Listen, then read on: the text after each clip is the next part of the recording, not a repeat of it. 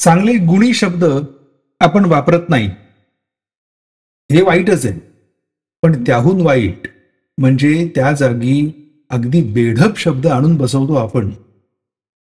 आज अशाच एका शब्दाची कैफियत. एखादा चांगला शब्द आपण सगळे कसा काय विसरतो कोण जाणे. रपेट हा शब्द घ्या.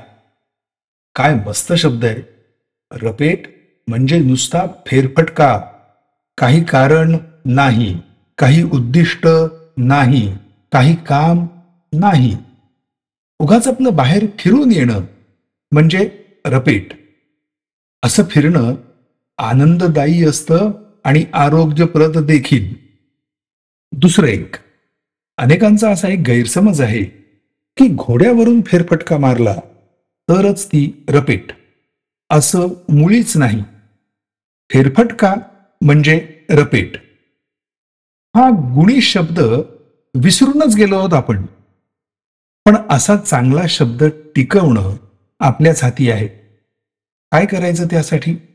सकाळी मॉर्निंग वॉकला जाण्याऐवजी मस्तपैकी रपेट करून या.